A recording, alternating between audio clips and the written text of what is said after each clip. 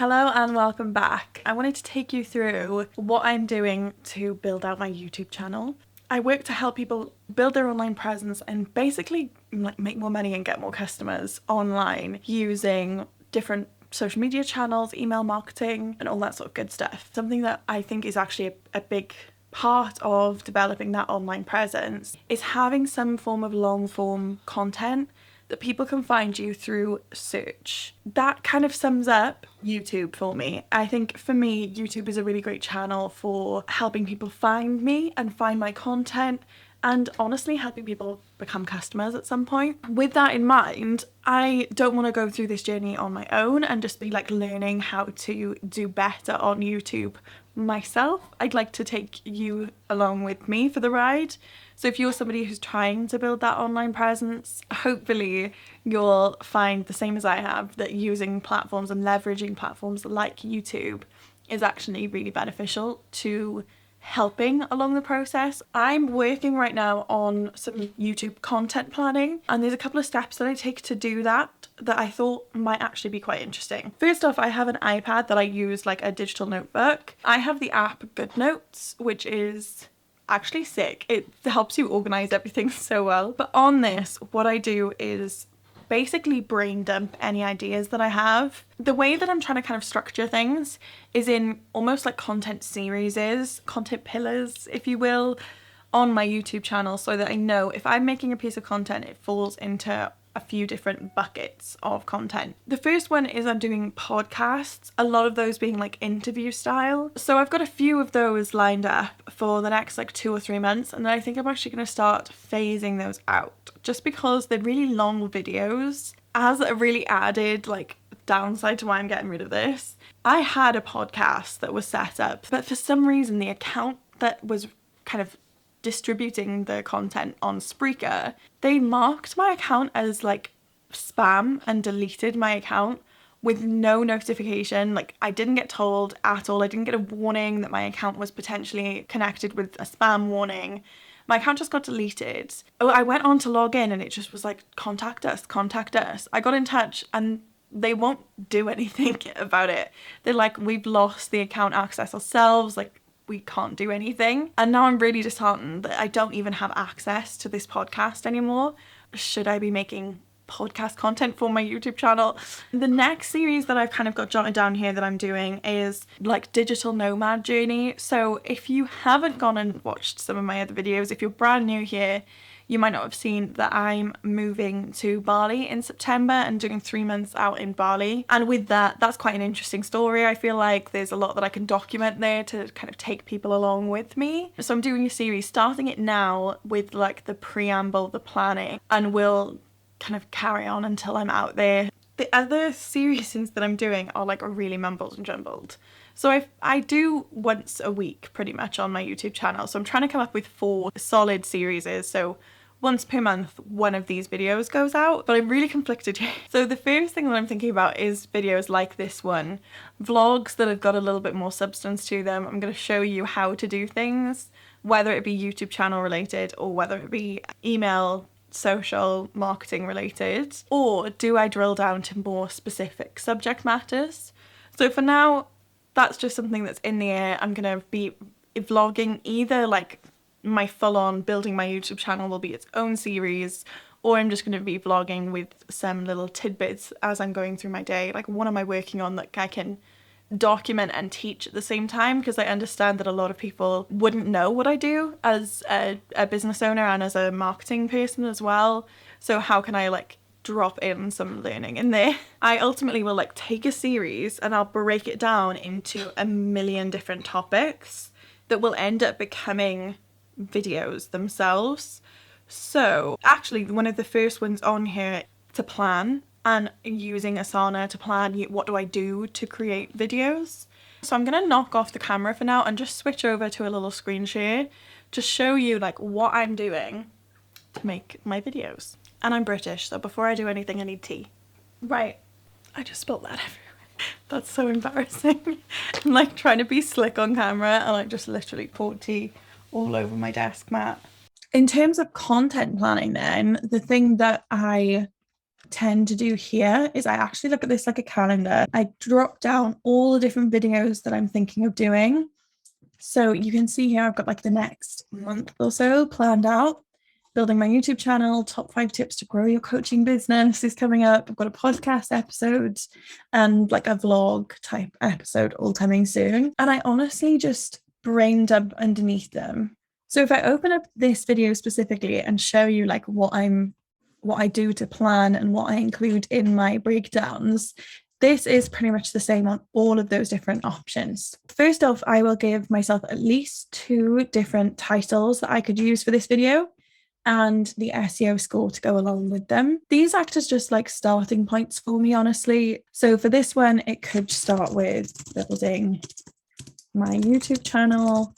I'm thinking the other thing could be like, everyone wants to get monetized on YouTube, right? So maybe I'm doing like my journey to 1,000 subscribers, and I'll check both of those. They both fit this video, and then I can plan out what works. Third option for something that's a little bit more practical could be content planning to build a YouTube channel. And you'll know by now which title I end up going for. And I'll put these into TUBEBUDDY with the Keyword Explorer and pull together then which SEO score is best. And then I also try and include underneath, honestly, like a bit of a brain dump of some ideas and thoughts around what could be included. You can see how quickly this was typed. I'm just tidying up all the typos that were on there. But I do a very, very rough shot list of things that I want to include in that video. If it's more of a sit down talking head, the shot list is going to be pretty standard. So I'll instead include bullet points of what I'm going to cover and what I'm going to say. And then I just use the subtask feature on Asana to like plan and map out when this is happening. So I'm filming today. I'm editing this video tomorrow. Thumbnail and everything on Wednesday for it to go out and get some social content going out to match on Saturday. Right now I'm very like in the moment, things get done and get posted then and there, but I'm trying to plan a little bit further ahead. So I guess there's a few things I've learned when I've been trying to like figure out what to do on my YouTube channel. The first one is how important the title and thumbnail are. Like everybody says the same thing, but honestly, I figured out how to grow so much better by like really leaning in on that advice. Before I'd be like, yeah, title are important, whatever, and then would just write titles that I thought made sense for the video rather than really researching like what the best title could be. So I actually have a video about how I choose my titles, and I'll pop that on the screen so you can go and have a little look at that. And if you want a more in-depth breakdown on how to pick a good title, basically for me, I just search anything that's kind of in line with that keyword. So for example, yesterday I posted becoming a digital nomad or something along those lines. So the title that I ended up with was starting my digital nomad journey. I toyed around with becoming a digital nomad in 2022 and all of these different variations. I even tried like moving from the UK to Bali and tried all of these and just picked the one with the best SEO score. And I actually ended up getting the most views I've ever gotten from like the first bulk of a video. As of right now, I got 355 views on that video, which is significantly higher than I typically had. And I also had a bunch of comments come through from people that like I don't know their names, so they're obviously new to my channel. And it seems like it's getting pushed by YouTube itself, because when I look at the analytics, the content source, like the best place that I'm getting content from, is the YouTube like suggestions on the sidebar. So the really good thing about being a marketer is I kind of know how to look at analytics and look for what's causing spikes in data. And on there, I can see all of the different breakdowns of where my traffic could come from. So I've been really lucky to kind of get that picked up. And I think it's because I hammered the keywords in the like description as well as the title.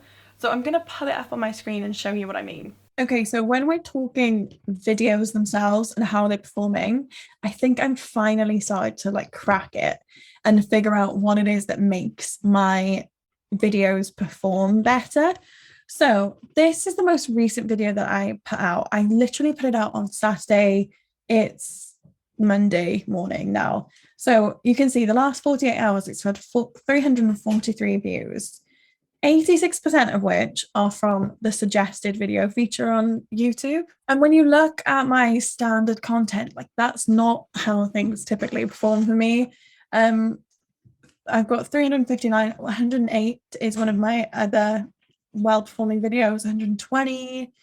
But typically I get, for my not shorts, my actual videos, I get anywhere between like 40 and 60 odds to show a little bit of a rough idea of what I typically get.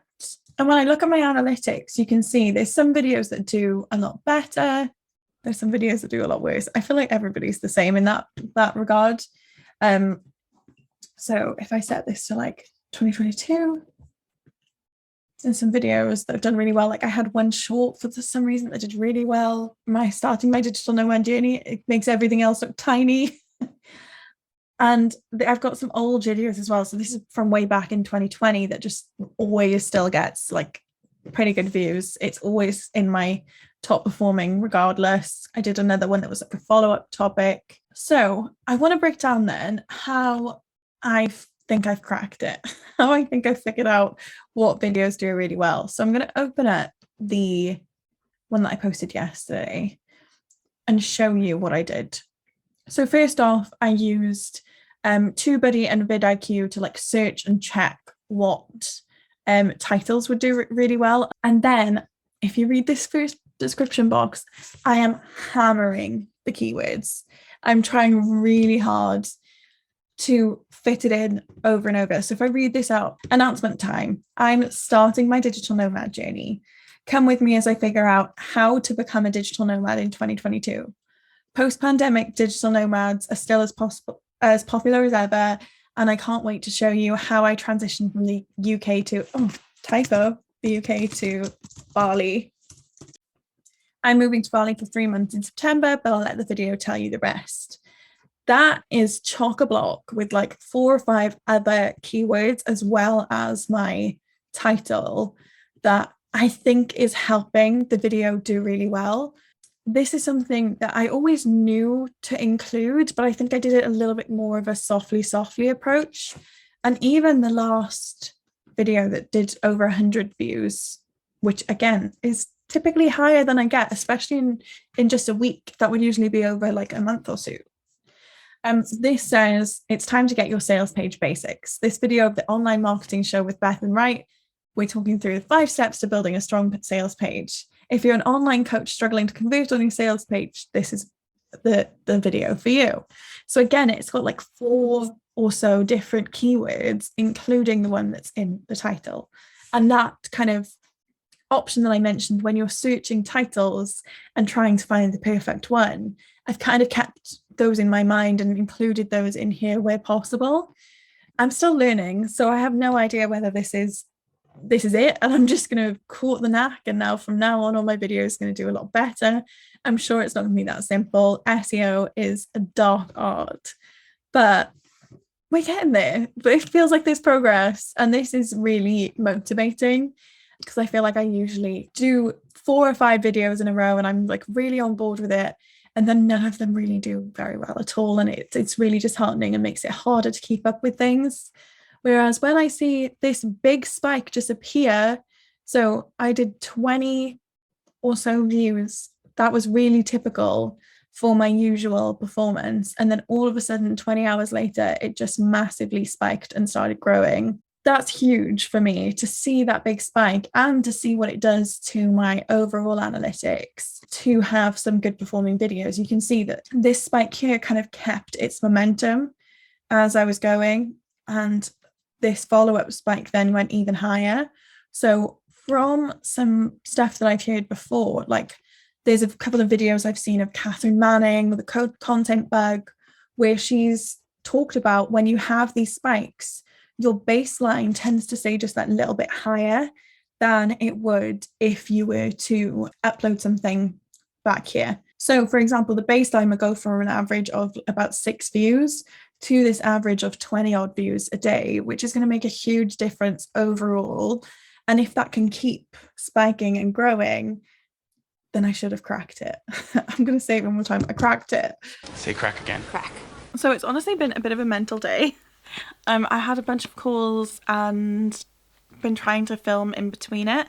So I'm actually going to sit here with my iPad for a couple of minutes and just map out some content ideas and just kind of brain dump some things on here and on my Asana that I showed you earlier with the content map for my next few weeks, and hopefully that will make things a little bit easier for me moving forward.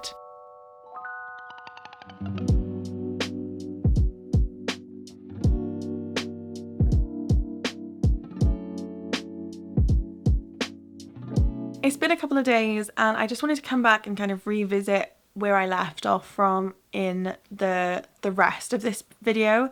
I promise it is another day. I know I'm wearing the same outfit, but it's a different white t-shirt too. Just to finish off my thoughts basically, I focused so much of this video around planning because I really do believe that the way that I'm going to be able to build a YouTube channel and find new potential customers, find these eyes on me for future products is by planning it properly. I think in the past I've really fallen victim to just turning on the camera and filming anything, and sometimes the videos have done really well but there's been nothing strategic in it. It's really ironic to say that out loud because I'm so strategic in my social media content, I'm so strategic in my email, my blogs, and for some reason I just had this blank spot with YouTube where I wasn't treating it the same, whereas now it has its own like workflow and process, just like my other activities with my own digital marketing. So I will be continuing this series and talking about some of the other elements like editing and shooting content and other things that come into running a YouTube channel. But I really wanted to focus in on today as being the first episode. The first step really for me is always this planning element. The final thing I want to touch upon is that planning can't just be done all at once. This is a few days later and I'm still finishing off the planning on the Asana tasks that I set up on the last clip. That was in the evening after a day full of other work and morning of planning. So this is an ongoing process for me. And I just want to put a bit of a shout out, I guess, that maybe the first step for you to build your YouTube channel is to take a step back and put in some time to plan it and put in some time to be able to consistently plan for the next quarter. Don't forget to subscribe to catch the next update in my YouTube journey. I'm also doing a couple of different series that I talked about at the beginning, so if you want marketing tips, if you want to find out how to be a digital nomad, all of that is going to be encompassed in this channel. So do stay tuned and I will see you in the next one.